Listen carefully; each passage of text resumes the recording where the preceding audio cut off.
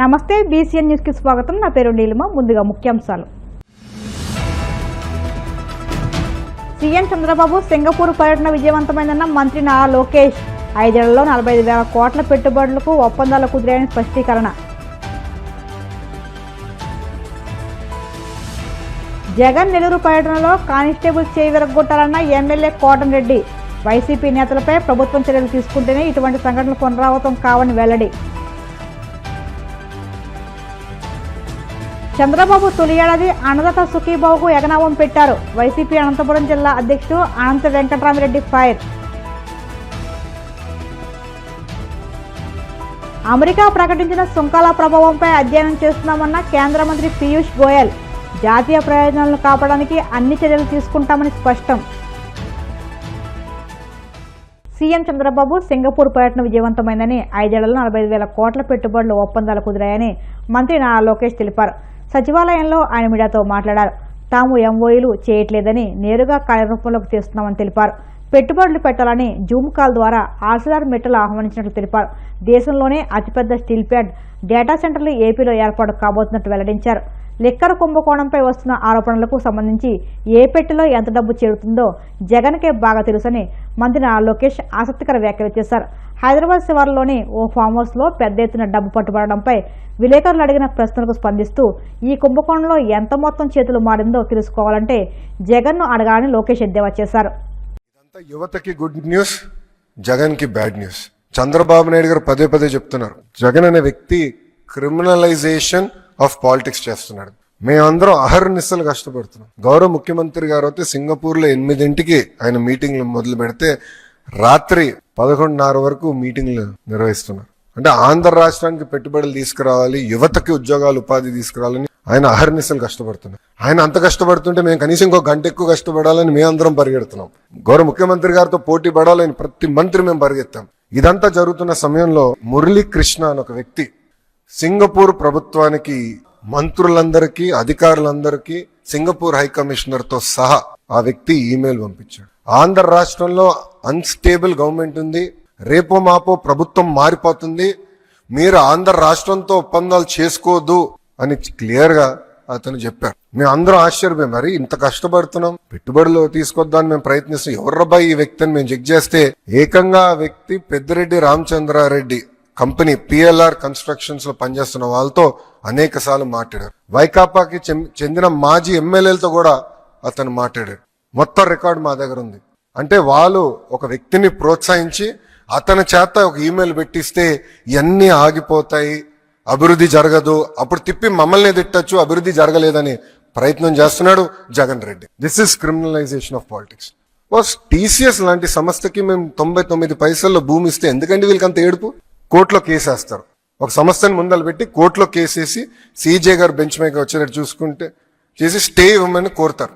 CJ గారు అక్షంతలు వేసి అవును తప్పేంటి, టీసీఎస్కి ఇస్తే తప్పేంటి, మీకెందుకు ఇబ్బంది, ఉద్యోగాలు వస్తున్నాయి మీకేంటని చెప్పి పక్కన పడేశారు. అడుగడుగునా అభివృద్ధి జరగకూడదు, పెట్టుబడులు రాకూడదు, వచ్చే కంపెనీలని తరిమేయాలి, అదే లక్ష్యంతో పనిచేస్తున్నారు. నిజంగా బాధేస్తుందండి. ఈరోజు ప్రభుత్వం ఇంత కష్టపడుతుంటే, పెట్టుబడులు తీసుకొచ్చడానికి అహర్నిశలు ప్రయత్నిస్తుంటే వీళ్ళు ఇట్లా ఈమెయిల్స్ రాయించి ఏకంగా కోర్టుకి వెళ్తే ఇంకా ఎక్కడ పోతాండి.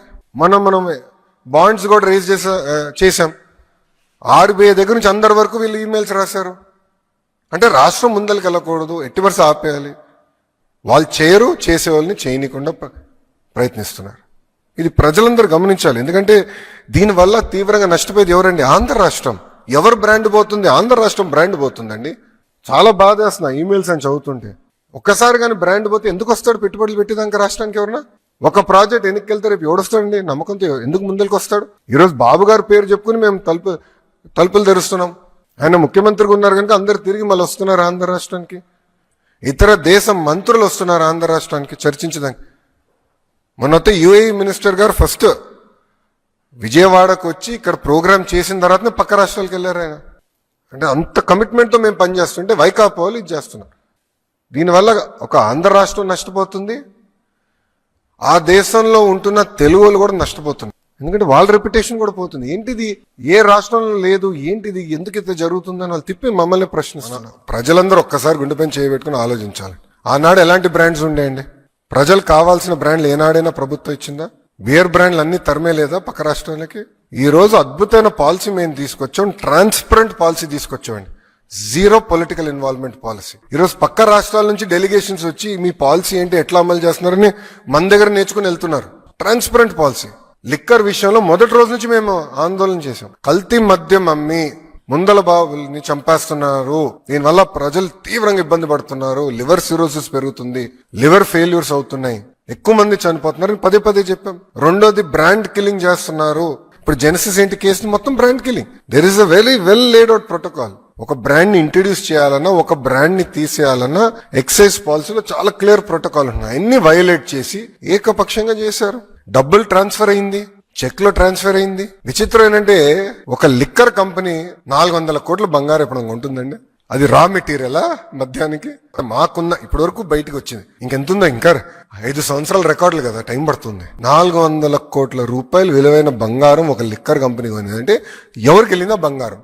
అంటే 5 సంవత్సరాల ముందు వాళ్ళు ఎప్పుడు బంగారం కొనలేదు, ఈ 5 సంవత్సరాల తర్వాత ఏనాడు బంగారం కొనలా, మళ్ళీ అప్పుడే ఎందుకు కొన్నారు? అది కూడా 400 కోట్ల రూపాయలు విలువైన బంగారం. అంటే ఎంత అద్భుతమైన ఇన్వెస్ట్మెంట్ చేశారో అవినీతిలో కూడా నాకు అర్థమైంది అప్పుడు. ఎందుకంటే అప్పుడు బంగారం ధర కూడా తక్కువ ఉండే, ఇప్పుడు విపరీతం పెరిగిపోయింది. క్రిమినలైజేషన్ ఆఫ్ పాలిటిక్స్ కి ఒక అద్భుతమైన ఉదాహరణ ఒక్క లిక్కర్ లోనే అడ్డగోలుగా క్రిమినలైజేషన్ చేశారు. ఇప్పుడు ఆధారాలతో మాకు దొరికింది.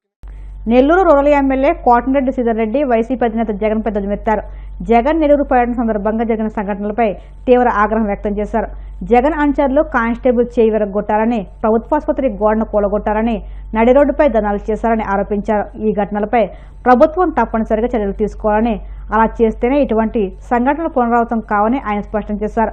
గతంలో వేమిరెడ్డి ప్రశాంత్ రెడ్డి దంపతులతో సన్నిహితంగా వ్యవహరించిన జగన్ ఆ తర్వాత వారిపై అభ్యంతరకర వ్యాఖ్యలు చేసిన వైసీపీ నాయకుడు ప్రసన్న కుమార్ రెడ్డిని వెనకేసుకుని వచ్చారని ఆరోపించారు. టీడీపీ ఎంపీ వేమిరెడ్డి ప్రభాకర్ రెడ్డిపై మైనింగ్ ఆరోపణలు చేసిన జగన్ తన తాత వైఎస్ రాజారెడ్డి కూడా అదే వ్యాపారం చేశారని మర్చిపోయారని అన్నారు. జగన్ తన వైఖరిని సమీక్షించుకుని నెల్లూరు జిల్లా ప్రజలకు క్షమాపణలు చెప్పాలని కోటరెడ్డి డిమాండ్ చేశారు. వైఎస్ జగన్మోహన్ రెడ్డి గారు ప్రజలు ప్రతిపక్షం హోదా ఇవ్వకున్నా, కేవలం 11 స్థానాలు ఇచ్చినా ఒక్కసారి వెనక్కి తిరిగి ఆలోచన చేసి, నేను ఆంధ్రప్రదేశ్ ముఖ్యమంత్రిగా ఆంధ్ర రాష్ట్రాన్ని సర్వనాశనం చేశాను, చంద్రబాబు నాయుడు గారు రాష్ట్రాన్ని ముందుకు తీసుకుని పోతున్నారు, అభినందించుకున్నా పర్వాలేదు, శాపనార్థాలు పెట్టే పరిస్థితికి దిగజారటం నిజంగా అత్యంత బాధాకరం. జగన్మోహన్ రెడ్డి గారు నెల్లూరు పర్యటనకు విచ్చేసి, ఈడ ఎంత విచిత్రం అంటే, రాప్తాడులో వైఎస్ఆర్ కాంగ్రెస్ పార్టీ నాయకులు కార్యకర్తలు జనాల్ని సమీకరించి హెలికాప్టర్ విండ్షీల్డ్ పాల్గొడితే పోలీసు వైపులేమంటారు. గుంటూరులో జగన్మోహన్ రెడ్డి గారి కారు దుర్మార్గంగా ఒక అమాయకుడి ప్రాణాలకి బలైతే పోలీసులు వైపులేమంటారు. అంబులెన్స్లో జరగరాని సంఘటన జరిగితే పోలీసులు వైపులేమంటారు. ఇక్కడ నెల్లూరులో పోలీసులు అన్ని రకాల చర్యలు తీసుకుని వందలాది మంది పోలీసులను పెట్టి వారికి రక్షణ కల్పిస్తే ఆంక్షలు అంటారు. ఒక పక్క మీరే అంటారు పోలీసుల వైఫల్యమని, పోలీసుల సెక్యూరిటీ ఇవ్వకుంటే, మరో పక్క మీరే అంటారు పోలీసులు అడుగడుగున ఆంక్షలని. అన్నిటికీ మించి దుర్మార్గం ఏంటంటే, జగన్మోహన్ రెడ్డి గారు మాట్లాడుతూ, చంద్రబాబు నాయుడు నువ్వు బావిలో దూకాలా అన్నాడు. సాధారణంగా ఎవరిని కూడా నేను ఏకవచనంతో మాట్లాడటం ఇష్టం లేదు, నా రాజకీయ జీవితంలో ఎప్పుడూ లేదు. కానీ మా నాయకుడు చంద్రబాబు నాయుడు గారిని జగన్మోహన్ రెడ్డి గారు బావిలో దూకమన్నారు కాబట్టి నేను కాస్త ఘాటుగా చెప్పదలుచుకున్నాను. జగన్ రెడ్డి బావిలో దూకాల్సిందే చంద్రబాబు నాయుడు గారు కాదు, బావిలో దూకాల్సిందే జగన్ రెడ్డి నువ్వే. ఎందుకంటే రాష్ట్రాన్ని నీ హయాంలో దివాలా తీసిన, ప్రపంచ స్థాయిలో ఆంధ్రప్రదేశ్ ఒక భ్రష్టు పట్టించిన, ఈరోజు చంద్రబాబు నాయుడు గారు ఆ వయసులో కూడా అహోరాత్రులు కష్టపడుతుంటే ఆత్మ పరిశీలన చేసుకొని ఆత్మ న్యూనతాభావంతో జగన్ రెడ్డి నువ్వు దూకాల బాయిలో మాట్లాడితే అడ్డంకులు అడ్డంకులు అడ్డంకులు అంటారు. ఇవి కాదయా అడ్డంకులు అంటే. గత వైఎస్ఆర్ కాంగ్రెస్ పార్టీ ప్రభుత్వంలో లోకేష్ గారు పాదయాత్ర చేస్తుంటే అడుగడుగున అడ్డం పడ్డారు, మైకులు లాగేసుకున్నారు. లోకేష్ గారి స్టేజీలు ధ్వంసం చేశారు.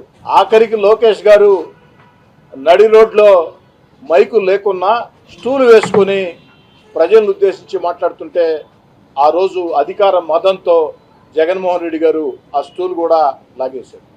అక్కడ తాగావా? లోకేష్ గారి పాదయాత్రకి కనీస భద్రత ఇచ్చావా? తెలుగుదేశం పార్టీ కార్యకర్తలు, తెలుగుదేశం పార్టీ వాలంటీర్లే దాన్ని సమన్వయం చేసుకున్నారు.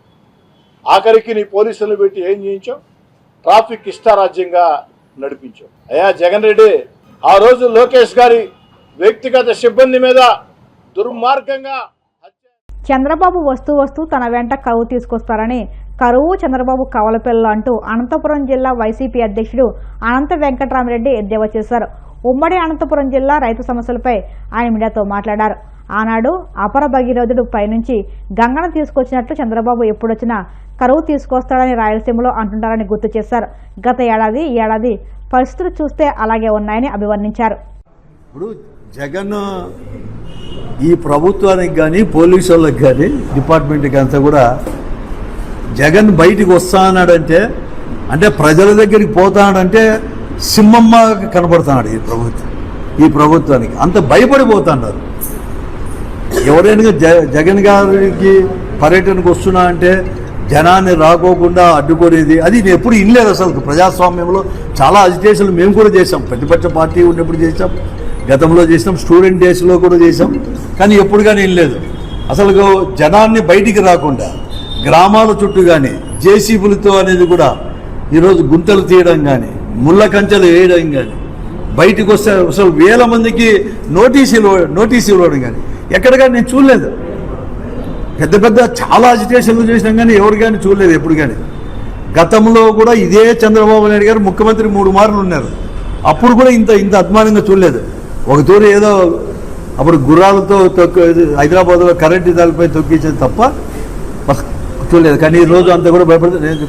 ఎవరు కానీ జగన్మోహన్ రెడ్డి గారి ఎవరైనా కానీ పర్యటనలు అడ్డుకోవాలన్నా జనాన్ని రాకోకుండా చేయాలంటే ఎవరి తరం కూడా కాదు. అతను అత్యంత ప్రజాదరణ ఉన్న నాయకుడు.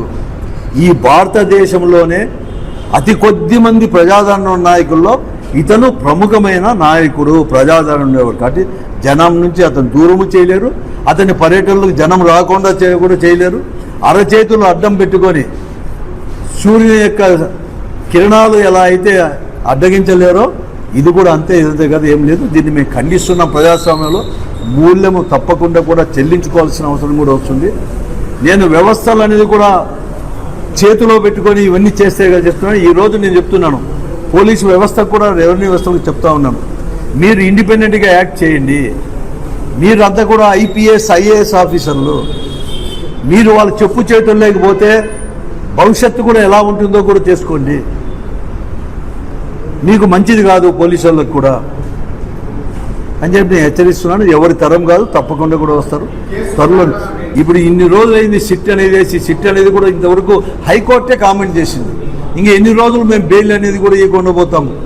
మీరు సరైన సాక్ష్యాధారాలు కూడా మీరు ప్రొడ్యూస్ చేయలేకపోతున్నారు, ఇవ్వలేకపోతున్నారు. అటువంటి దాన్ని కూడా మీరంతా కూడా ఏం చేస్తారని చెప్పి హైకోర్టు జడ్జే వాళ్ళే అన్నారంటే ఇంక దీనివల్ల జరుగుతుంది కేవలం ఏదో దీనివల్ల జగన్మోహన్ రెడ్డి యొక్క నుంచి ఏదో తీసుకొని రావాలనో లేకుంటే వైఎస్ఆర్ కాంగ్రెస్ పార్టీని రాజకీయంగా లేకుండా చేయాలని చెప్పేసి ఒక కుట్రపూరితమైన తప్ప ఎవరేం కాదు. ఈ కేసులన్నీ కూడా తప్పుడు కేసులు.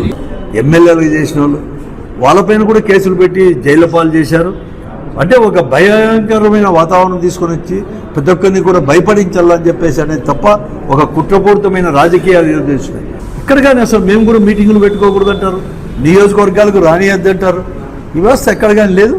తప్పకుండా కూడా అన్ని దానిపైన కూడా ప్రజా సమస్యలతో పాటు ఈ సమస్య పైన కూడా పెద్ద ఎత్తున కూడా వైఎస్ఆర్ కాంగ్రెస్ పార్టీ పెద్ద ఎత్తున పోరాటాలు. మేము కూడా 4వ దశ కూడా ప్రారంభమైంది.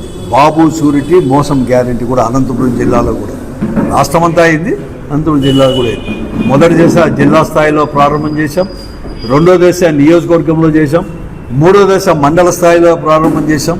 పెద్ద ఎత్తున హాజరైనారు మా పార్టీ కార్యకర్తలు.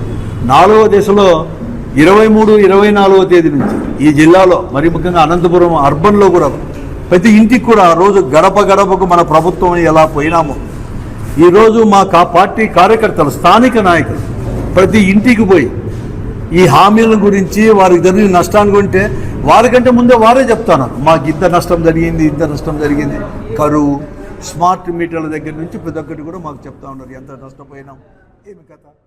ఇప్పుడు కాసేపు ప్రకటనలు.